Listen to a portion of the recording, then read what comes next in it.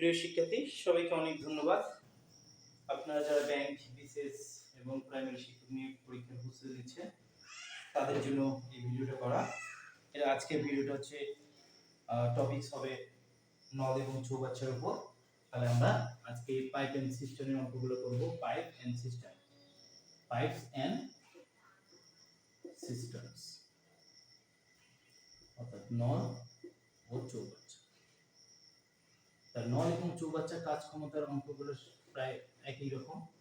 তাহলে নল এবং চৌবাচ্চার অঙ্কগুলো আমরা যদি করতে পারি তাহলে কাজ ক্ষমতার অঙ্কগুলো আমরা করতে পারবো, ঠিক আছে? অর্থাৎ টাইম এন্ড ওয়ার্ক, কাজ এবং সময়ের যে অঙ্কগুলো আছে। আচ্ছা, যাই হোক, আমরা আজকে শুধুমাত্র এই পাঠটা নিয়ে আলোচনা করব, নল এবং চৌবাচ্চা। তাহলে আমরা একটু বোঝার চেষ্টা করব প্রথমে যে এই হলো আমাদের একটা চৌবাচ্চা। এই চৌবাচ্চায় আমার হচ্ছে এই হলো একটা নল। এই নল কি করতে পারে? এই চৌবাচ্চার মধ্যে দিয়ে পানি প্রবেশ করাতে পারে, ঠিক আছে? তাহলে একটা চৌবাচ্চার মধ্যে একটা নল থাকতে পারে, দুইটা নল থাকতে পারে। একটা নল যদি থাকে, যদি বলে এই নল দ্বারা 30 মিনিটে এই চৌবাচ্চাটা পূর্ণ হয়। কয় মিনিটে? 30 মিনিটে। তাহলে খুবই সিম্পল, তাহলে আর কোনো কিছু নেই। তাহলে যদি বলা হয় এই চৌবাচ্চাটা তাহলে পূর্ণ হতে কত সময় লাগে? এই নল দ্বারা 30 মিনিট। ওকে। তাহলে আরেকটা যদি নল দেওয়া থাকে এখানে, তাহলে বি নল আরেকটা ধরলাম। এই বি নলটা একইভাবে 45 মিনিটে এই চৌবাচ্চাটা পূর্ণ করতে পারে। তাহলে এ নল কত মিনিটে? 30 মিনিটে, এবং বি একটা নল আছে, এটা হচ্ছে 45 মিনিটে এই চৌবাচ্চা পূর্ণ করতে পারে। তাহলে এখন যদি বলা হয় এই নল দুটোকে যদি আমরা খুলে দিই, তাহলে একসঙ্গে যদি নল দুটোকে খুলে দেওয়া হয় তাহলে এই চৌবাচ্চাটা পূর্ণ হতে কত সময় লাগবে সেটা আমরা তাহলে কেমন বের করব? তাহলে আমরা একটু লিখিত ফরম্যাটে যাই, তারপর আমরা এমসিকিউটা শিখে ফেলব, ঠিক আছে? তাহলে প্রথমত আমরা লিখিত ফরম্যাটের জন্য লিখিত ফরম্যাট আমরা আসবো। তাহলে আমরা প্রথমে এ নলের হিসাবটা করব। তাহলে যেহেতু সম্পূর্ণ চৌবাচ্চাটা পূর্ণ হওয়ার ঘটনা, তাহলে সম্পূর্ণ এখানে কয়টা চৌবাচ্চা দেখতে পাচ্ছি? একটা। অর্থাৎ সম্পূর্ণ চৌবাচ্চার কথা যদি আমি বলি, আমরা বুঝে নেব এক অংশ। এক অংশ মানে আমরা কি বুঝবো? পুরো চৌবাচ্চাটা বুঝবো, ঠিক আছে? তাহলে এ নল 30 মিনিটে, তাহলে এ নল 30 মিনিটে পূর্ণ করে, কয়টা পূর্ণ করে? একটা চৌবাচ্চা না? একটা চৌবাচ্চাটাকে আমরা কত বলছি? এক অংশ বললাম, এক অংশ। তাহলে সুতরাং আমরা বলবো এ নল দ্বারা 1 মিনিটে কতটুকু পূর্ণ হবে? যদি 30 মিনিটে এক অংশ পূর্ণ করে, অর্থাৎ একটা চৌবাচ্চা পূর্ণ করে, তাহলে 1 মিনিটে নিশ্চয়ই সেটা কম করবে, অর্থাৎ 1/30 অংশ। একইভাবে আমি বি নলের হিসাবটা করব, যে বি নল দ্বারা বি নল কত? 45 মিনিটে পূর্ণ করে কয়টা চৌবাচ্চা? একটা চৌবাচ্চা পূর্ণ করতে পারে। তার মানে আমি লিখলাম এক অংশ। সুতরাং আমি বলতে পারবো যে বি নল আমার কি করবে? 1 মিনিটে কতটুকু অংশ পূর্ণ করবে? 1/45 অংশ। 45 অংশ পূর্ণ করে, ঠিক আছে? আচ্ছা, তাহলে মোটামুটি এ নল 1 মিনিটে কত অংশ পূর্ণ করে সেটা বের হয়ে গেল। বি নল 1 মিনিটে কত অংশ পূর্ণ করে সেটা বের হয়ে গেল। এখন যদি আমি বলি এ প্লাস বি নল, অর্থাৎ দুইটা নল এ প্লাস বি নল 1 মিনিটে পূর্ণ করবে কতটুকু অংশ? 1 মিনিটে পূর্ণ করে, তাহলে 1 মিনিট। তাহলে আমরা কি করব? a প্লাস b নল, তাহলে a নল 1 মিনিটে এত অংশ, b নল 1 মিনিটে এত অংশ, দুটো যোগ করে দিলে 1 মিনিটে কত অংশ সেটা বের হয়ে যাবে। a নল 1/30 অংশ প্লাস b নল হচ্ছে 1/45 অংশ। তাহলে এটাকে যদি আমরা লসাগু করি তাহলে আমাদের মানটা আসে কত? 30 গুণন হচ্ছে 45, আমরা লসাগু করলাম। এখন আমরা জানি লসাগু নিয়ম কি, এই 30 দ্বারা এটাকে যদি ভাগ করি। আচ্ছা, অনেকে আবার চিন্তা করতেছেন হয়তো বা এইভাবে যে 30 আর 15 লসাগু তো এটা হয় না। 30 আর 15 লসাগু তো হয় 90। 30 আর 15 লসাগু কত হয়? যদি আমি 5 দিয়ে দিই, 5 6 30, 5 9 45। আবার যদি 3 দ্বারা যদি দেই, 3 2 হচ্ছে 6, 3 3 9, 3 2 6, 3 6 18, 5 18 কত হয়? 90। তাহলে এদের তো লসাগু 90, কিন্তু আমি এটা লিখলাম কেন? এটা লেখার কারণ আছে। আমি লসাগু এইভাবে করানো যায়, ঠিক আছে? এই দুটোকে গুণফল আকারে লিখলাম। নিচেরটা দ্বারা এটাকে যদি আমি ভাগ করি, 30 30 ক্যান্সেল হয়ে যাবে, থাকবে কত? 45। 45 দ্বারা এই ঘরকে গুণ করে দেব, প্লাস বসালাম।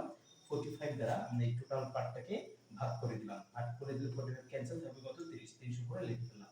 তাহলে আমরা এটা না করে কেন এটা করব? একই, এটা করলে যে মান আসবে, এটা করলে ওই একই মান আসবে, ঠিক আছে? আমি চাচ্ছি যে এভাবে করলে আমি শর্টকাট ফর্মুলাটা দাঁড় করাতে পারবো। এই জন্য আমি এইভাবে করলাম, ঠিক আছে। একইভাবে এভাবে করলেও হবে, এভাবে করলেও হবে, কিন্তু এভাবে করলে আমি শর্টকাট ফর্মুলাটা ধরতে পারবো না, যার কারণে আমি এভাবে করলাম, ঠিক আছে। আচ্ছা, তাহলে এত অংশ।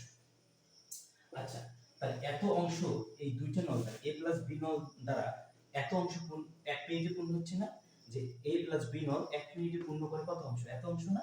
তাহলে আমি উল্টা পাশে যদি কথাটা বলি যে a প্লাস b নল এত অংশ পূর্ণ করে কত মিনিটে? এক মিনিটে।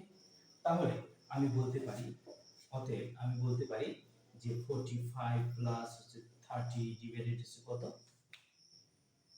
30 ডিভাইডেড হচ্ছে কত? কারেন্ট চলে গেছে, সরি।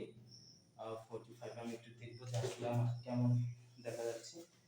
যদি ক্লিয়ার, আচ্ছা ক্লিয়ার দেখা যাচ্ছে, সমস্যা নেই। কারেন্ট চলে যাওয়ার কারণে আমাদের একটু ত্রুটি হয়ে গেল।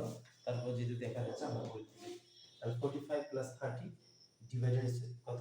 30 প্লাস 45, তাহলে সরি 45 প্লাস 30 ডিভাইডেড হচ্ছে 30 গুণ 45, তাহলে এত অংশ পূর্ণ হয়, এত অংশ পূর্ণ হয়, এত অংশ পূর্ণ হয় কত মিনিটে বলতো? 1 মিনিটে। 1 মিনিটে, তাহলে 1 মিনিট লাগে। তাহলে a প্লাস b নল দ্বারা এত অংশ পূর্ণ হতে 1 মিনিট সময় লাগে। তাহলে আমি যদি বলি এক অংশ পূর্ণ হতে কত লাগবে, 1 ডিভাইডেড এটা চলে যাবে, আর 1 এর নিচে যখনই কোনো একটা ভগ্নাংশ থাকবে সেই ভগ্নাংশটা উল্টে যদি যায়, উল্টে যায়, তাহলে নিচেরটা উপরে যাবে, অর্থাৎ 30 গুণ হচ্ছে 45 ডিভাইডেড হচ্ছে কত? 45 প্লাস হচ্ছে 30, তাহলে এত মিনিট টাইম লাগবে। তাহলে এটা ক্যালকুলেশন করলে আমাদের মানটা চলে আসবে। তাহলে আমরা রিটেন ফরম্যাটটা বুঝে গেলাম যে আমরা আসলে কিভাবে অঙ্কটা করব। তাহলে এই যে আমি একটু নিচে দেখা যাচ্ছিল না, এখন দেখা যাচ্ছে, আশা করি সবাই একটু দেখে নেবে যে 1 মিনিটে আমরা বের করে ফেললাম, ঠিক আছে। তাহলে মোটের উপর কি দাঁড়ালো, আমি যদি বলি শর্টকাটে কেমনে করবো অঙ্কটা, তাহলে আমাদের শর্টকাটের জন্য সময় বের করবো আমরা, যে দুইটা নল যদি আমরা একসঙ্গে ছেড়ে দিই, এ নল 30 মিনিটে পূর্ণ করতে পারে, বি নল 45 মিনিটে পূর্ণ করতে পারে। যদি এই দুইটা নল একসাথে যদি ছেড়ে দেওয়া হয়, তাহলে চৌবাচ্চা পূর্ণ হতে কত সময় লাগবে, সময় ক্যালকুলেশন করবো। তাহলে আমাদের প্রথমে কাজ থাকবে কি, এ নল কত মিনিটে? 30 মিনিট, 30 লিখে ফেলবো, গুণন বি নল কত মিনিটে? 45, 45 লিখে ফেলবো, ডিভাইডেড ওই দুটাকে কি করে দেবো? যোগ করে দেবো। যোগ করে দিলে যেটা হবে সেটাই আমাদের কত হবে? অ্যান্সার। তাহলে এটা মোটামুটি যোগ বিয়োগ করলে আসবে মোটামুটি 18 মিনিট আসবে। আমরা একটু করে দেখবো, 18 মিনিট, ঠিক আছে। তাহলে কত আসবে? 18 মিনিট। এখন আমরা, এটা হচ্ছে এমসিকিউ শর্টকাটের জন্য, এমসিকিউ অর্থাৎ শর্টকাট ফর্মুলা। এই শর্টকাট ফর্মুলায় যদি আরেকটা যদি আমি পাইপ দিতাম, তাহলে কি হতো? কয়টা পাইপ যদি দিতাম? আরেকটা যদি পাইপ দিতাম। আচ্ছা, শর্টকাট ফর্মুলা আরেকটা করে তারপর আমরা পার্টে চলে যাব। তাহলে আমরা এটা মিশিয়ে দিলাম। যদি শর্টকাট 1 নম্বর মেথড, এটা দ্বিতীয় মেথড, দ্বিতীয় হচ্ছে ইউনিট মেথড। তাহলে ইউনিট পদ্ধতিতে আমরা এখন সলভ করার চেষ্টা করব। এটাও শর্টকাট, এটা হচ্ছে শর্টকাট। এটা এমসিকিউ এর জন্য আমরা কি করব? এমসিকিউ এর জন্য সলভ করব। তাহলে প্রথমত এ পাইপটা আমাদের কত মিনিটে এই চৌবাচ্চাটা পূর্ণ করে? 30 মিনিট। তাহলে আরেকটা আছে কত? বি নলটা কত? A pipe 30 minute, B pipe হচ্ছে কত? 45 মিনিটে এই চৌবাচ্চা পূর্ণ করে। তাহলে প্রথম কাজ হচ্ছে এই দুইটার আমরা লসাগু করব। অলরেডি আমরা লসাগু বের করে রাখছি কত? 90। তাহলে আমাদের হচ্ছে a প্লাস b, দুইটা পাইপ, এ পাইপ এবং বি পাইপ দুইটা যদি আমরা কি করি 30 মিনিট এবং 45 মিনিট যদি চালাই, তাহলে দেখা যাবে এত ইউনিট আমাদের পানি এই চৌবাচ্চার মধ্যে প্রবেশ করে। তাহলে এটা হচ্ছে আমাদের টোটাল কাজ। এই কাজটা হচ্ছে আমাদের মোট পার্ট, এটা মোট পার্ট, ঠিক আছে। তাহলে মোট এত ইউনিট পানি প্রবেশ করে। তাহলে আমি যদি বলি এ পাইপ, তাহলে 1 মিনিটে কত ইউনিট পানি প্রবেশ করে? তাহলে 30 মিনিটে যদি এত হয়, তাহলে 1 মিনিটে কত? তাহলে 30 90 কে আমরা কি করব? 30 দ্বারা ভাগ করব। তাহলে 3 3 অর্থাৎ 3 ইউনিট। এটা হচ্ছে 1 মিনিটের ঘটনা। 1 মিনিটে, তাহলে 1 মিনিটে কত ইউনিট পানি প্রবেশ করাতে পারে? এই পাইপটা 3 ইউনিট। তাহলে যদি আমি একইভাবে বি পাইপের কথা চিন্তা করি, যে বি পাইপটা তাহলে 1 মিনিটে কত ইউনিট পানি প্রবেশ করায়? 1 মিনিটে, তাহলে 45 দ্বারা 90 কে 45 দ্বারা ভাগ করব, তাহলে কত হয়? 45 দুগুণ 90 অর্থাৎ 2 ইউনিট, ঠিক আছে। তাহলে মোটামুটি আমাদের ইউনিটের মানটা ক্যালকুলেশন হয়ে গেল। তাহলে এ পাইপ 1 মিনিটে, মনে রাখতে হবে, এ পাইপ 1 মিনিটে 3 ইউনিট এবং বি পাইপ 1 মিনিটে 2 ইউনিট পানি প্রবেশ করাইতে পারে। এখন যদি বলি আমি এ প্লাস বি পাইপ, অর্থাৎ দুইটা পাইপ 1 মিনিটে কত ইউনিট পানি প্রবেশ করে, তাহলে এ প্লাস হচ্ছে বি, এই দুইটা পাইপ হচ্ছে কত 1 মিনিটে 1 মিনিটে 1 মিনিটে পানি প্রবেশ করে কত 3 2 5 ইউনিট, অর্থাৎ 3 আর 2 যোগ করে দেব কত হচ্ছে আমাদের 5 ইউনিট। তাহলে আমাদের এ আর বি পাইপ 1 মিনিটে কত ইউনিট পানি প্রবেশ করে সেটা আমাদের বের হয়ে চলে যাচ্ছে। তাহলে আমাদের পানি প্রবেশ করাতে হবে কত 90 ইউনিট, পানি প্রবেশ করতে কত টাইম লাগবে সেটা আমরা ক্যালকুলেশন করব দুইটা পাইপ যখন আমরা একত্রে চালাই দেব, ঠিক আছে। তাহলে তাহলে এখন আমরা এটা বলতে পারি যে 5 ইউনিট 5 5 ইউনিট পানি প্রবেশ করাইতে সময় লাগে কত 1 মিনিট, দুইটা পাইপ যদি আমরা ছেড়ে দিই। তাহলে সুতরাং 1 ইউনিট 1 ইউনিটে কত লাগে 1/5, তাহলে আমাদের প্রবেশ করাইতে হবে পানি কত 90 ইউনিট, তাহলে 90/5, তাহলে 5 18 90 এত মিনিট। তার মানে আমরা এটা একবারে কি করব যে এটা জাস্ট বোঝার জন্য আমরা জাস্ট আমাদের 1 মিনিটে কত ইউনিট পানি প্রবেশ করে এই দুটো প্রথমে বের করি 3 2 5, তাহলে মোট আমাদের 90 ইউনিট পানি প্রবেশ করাইতে হবে, তাহলে 1 মিনিটে প্রবেশ করেছে 5 ইউনিট, তার মানে যে 5 18 90 এত মিনিট, এটা হচ্ছে আমাদের অ্যানসার। তাহলে প্রথম কাজ একটু বলে দিই যে এ নল কত মিনিটে পূর্ণ করতে পারে সেটা লিখে দেব, বি নল কত মিনিটে এই চৌবাচ্চা পূর্ণ করতে পারে সেটা লিখে দেব। এখন 30 আর 45 এর লসাগু করব, তাহলে এটা হচ্ছে আমাদের মোট কাজটা, এইটা হচ্ছে আমাদের মোট কাজটা, ঠিক আছে, এটা হচ্ছে মোট পার্ট, অর্থাৎ 90 ইউনিট পানি প্রবেশ করানো, ওটা হচ্ছে মোট ঘটনা, মোট পার্ট।